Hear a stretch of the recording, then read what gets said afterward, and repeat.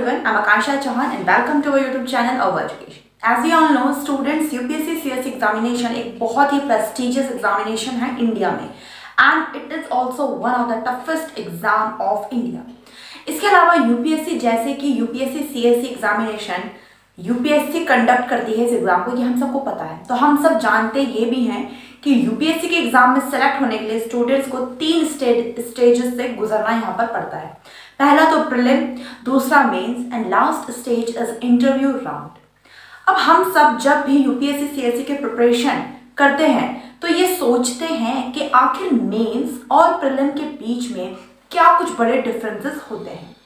पहले तो मैं आपको ये बता दूं कि प्रीलिम यूपीएससी सीएसई की पहली स्टेज होती है, तो वहीं मेंस यूपीएससी सीएसई की दूसरी स्टेज होती है।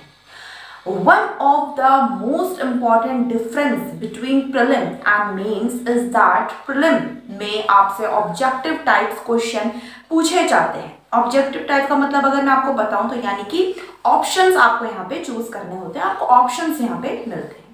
वहीं हम मेंस की बात करते हैं तो दोस्तों मेंस में सब्जेक्टिव क्वेश्चंस होते हैं, यानी कि आपको यहाँ पे आंसर्स लिखने होते हैं। इसके अलावा प्रीलिम एक क्वालिफाइंग स्टेज होती है, यानी अगर आप प्रीलिम क्वालिफाई करते हैं तो ही आप आगे चलकर मेंस के एग्जामिनेशन मेंस राउंड में बैठते हैं। प्रीलिम में सिर्फ 2 जनरल स्टडीज के पेपर होते हैं, GS paper 1 and the another one is GS paper 2 with CSAT. लेकिन वहीं अगर हम मेंस की बात करें तो मेंस में करीब 9 पेपर होते हैं, जिसमें से 7 पेपर के मार्क्स कैलकुलेट किए जाते हैं आपकी रैंकिंग के पर्पस के लिए, और जो बाकी 2 एग्जाम या बाकी 2 पेपर होते हैं वो सिर्फ क्वालिफाइंग नेचर के होते हैं। आपको सिर्फ इन्हें क्वालिफाई करना होता है, इनके मार्क्स नहीं जोड़े जाते। इसके अलावा प्रीलिम में जो भी एग्जाम होते हैं जिस भी सब्जेक्ट में हो वो सब स्टूडेंट्स के लिए कंपलसरी होते हैं। लेकिन मेंस में आपके 2 पेपर यानी कि ऑप्शनल वाला 6 और 7 पेपर ऐसे होते हैं जो आपको चूज करने होते हैं कि कौन से सब्जेक्ट में आपको वो पेपर देना है।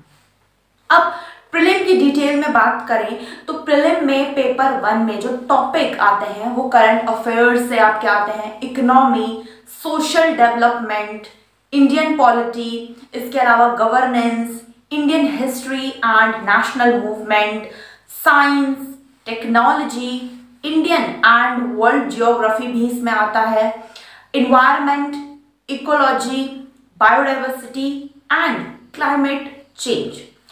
तो ये कुछ टॉपिक इसमें आते हैं। दूसरा पेपर आपका होता है जनरल स्टडीज पेपर 2 का सीसेट का पेपर।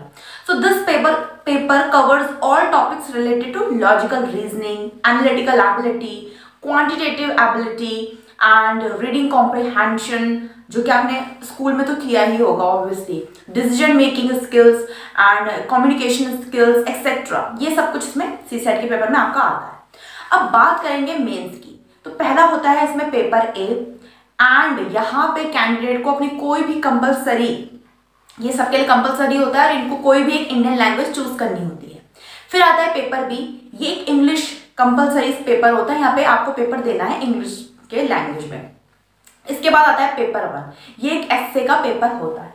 फिर आता है पेपर 2, जनरल स्टडीज के हिसाब से ये पहला पेपर होता है and it cover all the subjects related to Indian heritage and culture, India history and geography of the world and society. Paper 3 जो कि जनरल स्टडीज के हिसाब से पेपर 2 होता है, this paper covers governance, constitution, welfare initiative, social justice and international relations.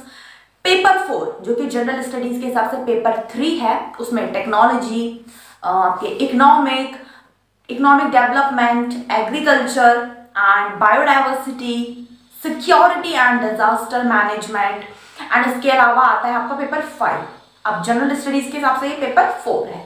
This paper covers topics on ethics, integrity and aptitude. Paper 6, this paper ये है optional subject का पहला paper and paper 7 optional subject का दूसरा paper, यानी दोनों paper ये optional subject के होते हैं। ऑप्शनल सब्जेक्ट वो सब्जेक्ट जो आप खुद अपने लिए चूज करते हो और इसमें काफी डिटेल से जो है क्वेश्चंस उस पर्टिकुलर सब्जेक्ट से पूछे जाते हैं। उम्मीद करती हूँ आज की वीडियो आपको समझ आ गई होगी, क्या डिफरेंसेस रहते हैं प्रीलिम्स और मेंस के इंपॉर्टेंट वो आपको समझ आ गए होंगे। तो वीडियो को शेयर कीजिए, चैनल को सब्सक्राइब कीजिए। Thank you so much.